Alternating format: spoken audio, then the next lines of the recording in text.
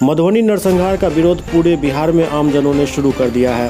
सभी पीड़ित परिवार को न्याय दिलवाने के लिए गोलबंद होने लगे हैं। इसी क्रम में मोहम्मदपुर मधुबनी नरसंहार के खिलाफ जिला के आमजनों और छात्र संगठनों के आह्वान पर कॉमरेड भोगेंद्र झा चौराहा पर मधुबनी जिला प्रशासन का पुतला दहन किया गया।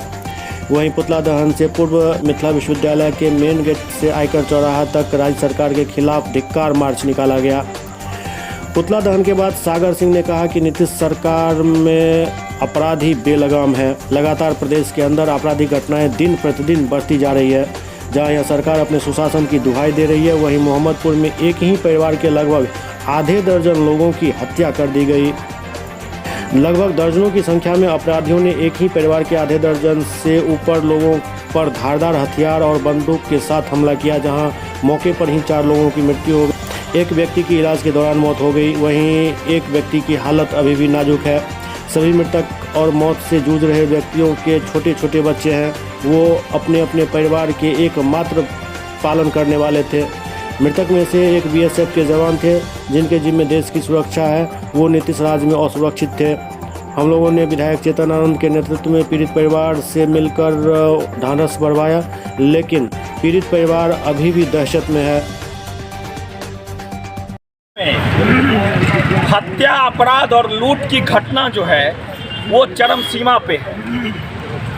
होली हिंदुओं का सबसे महान पर्व है और होली में लोग कहते हैं कि सारी आपसी द्वेष भावना को भूल के लोग आपसी भाईचारा का मिसाल है होली का पर्व। लेकिन इस होली के पर्व के दिन मधुबनी जिले के बेनीपट्टी प्रखंड अंतर्गत मोहम्मदपुर गांव में जिस तरीके से नरसंहार की घटना हुई है, ये बहुत ही निंदनीय है। घटना के 3 से 4 घंटे बाद, जहां मात्र 2 मिनट के रास्ते पे पुलिस प्रशासन बेनीपट्टी थाना है, वो 3 घंटे बाद थाना पे पहुंचती है।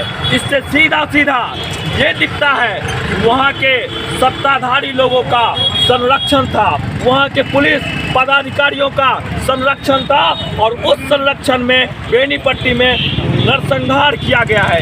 एक ही परिवार के 6 भाइयों पे 3 दहाड़े हथियार से लैस व्यक्तियों ने गोली चलाते हुए गोलियों की बौछार कर दी दिन के 1 बजे। और अभी तक मुख्य आज 5वां दिन होने जा रहा है, 5 लाश पहुंच चुका है। अगर आप उस परिवार को देखेंगे तो कोई भी बच्चा 5 से 6 साल से ज़्यादा का नहीं है। जब आप उस बेवा की आवाज़ को सुनिएगा तो आपका दिल पसीज जाएगा। और अभी तक बिहार सरकार के कोई भी आला कमान इस पे कोई संज्ञान नहीं लिए हैं। अभी तक जो मुख्य आरोपी है उसमें भी किसी एक को भी अरेस्ट नहीं किया गया है। हम तमाम सामाजिक संगठन के ओर से मैं सागर सिंह करनी सेना प्रदेश महासचिव कहना चाहूँगा कि जल्द से जल्द अपराधी को गिरफ्तार किया जाए, नहीं तो पूरे बिहार में चक्का जाम होगा, पूरे मधुबनी को जाम कर देंगे।